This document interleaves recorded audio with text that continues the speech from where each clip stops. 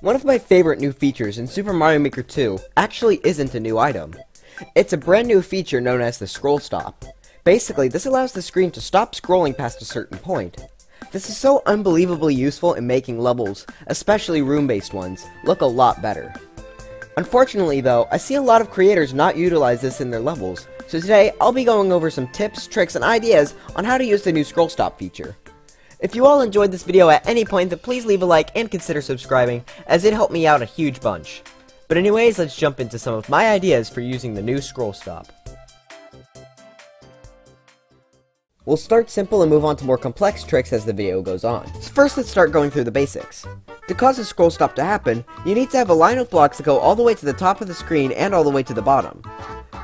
From then on, the screen will be stuck there and you won't be able to move past it. Now this feature doesn't work with every block, but scroll stop can be activated by ground blocks and iron blocks. Weird that some of the other ones aren't available like ice blocks, but just these two are all we need to make some pretty interesting contraptions. For the most common use, just having them as walls to a room can significantly improve how the room looks. I've used this in all of my levels as it is so helpful, whether it be in boss rooms, a normal room, or a sub area. Now along with the normal scroll stop also stops the auto scroll from occurring past the point. So that means we can create a setup like this. So in this room, Mario sees that he needs to blow up a bomb in order to exit. It doesn't matter what's inside this room, as long as it ends up blowing up a bomb. So in this room, I have a small minigame where you have to time the on-off switch press to shoot a lava bubble at just the right spot to hit the bomb. Once that is completed, the screen instantly scrolls to the next room. This is a very fun and unique way to set up some sort of puzzle room gauntlet instead of using doors. This also is especially helpful in 3D World, since there aren't one-ways in that theme. This is really the only way to block off a previously accessible section. You're just going to want to make sure that when using a setup like this, it's hard for a player to suffocate themselves in a wall. Now some of you may be wondering why your setups might not look the same as mine for the bomb setup. This is likely because you have the scroll stop too soon.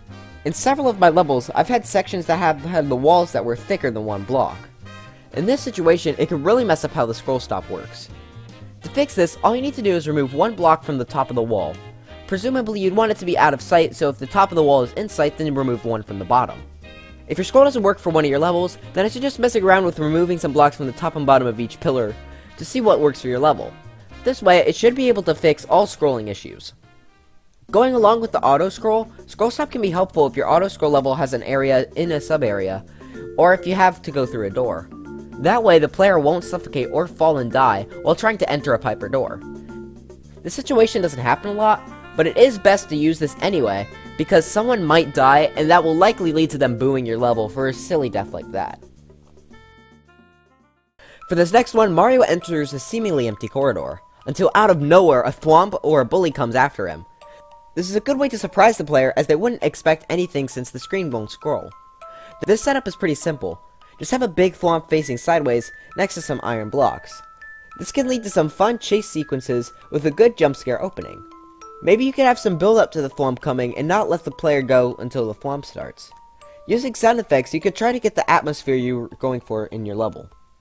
A small note I wanted to add in, because I actually didn't know this for a while, is that scroll stop also works vertically as well, as long as you have the full layer filled up with either ground or hard blocks. This would be useful for room-based towers. Okay, so for my final idea and use for scroll stop is their use in secrets. For example, maybe you could get a power-up at the beginning of the section, such as a hammer, as it can destroy iron blocks. Once you get to the end and are about to exit the level, you notice that there are some iron blocks, which upon being broken reveal a completely hidden secret room. This would be a cool way to reward exploration and puzzle solving skills. In this scenario, it would function as a reward for the player not getting hit. Maybe the player would have to carry up a bomb from the start, or maybe even a bonsai bill. Either way, this is a good way to hide a secret path or room. But anyways, that's it for this video. Which one of these was your favorite, and do you all have any ideas? Let me know in the comments.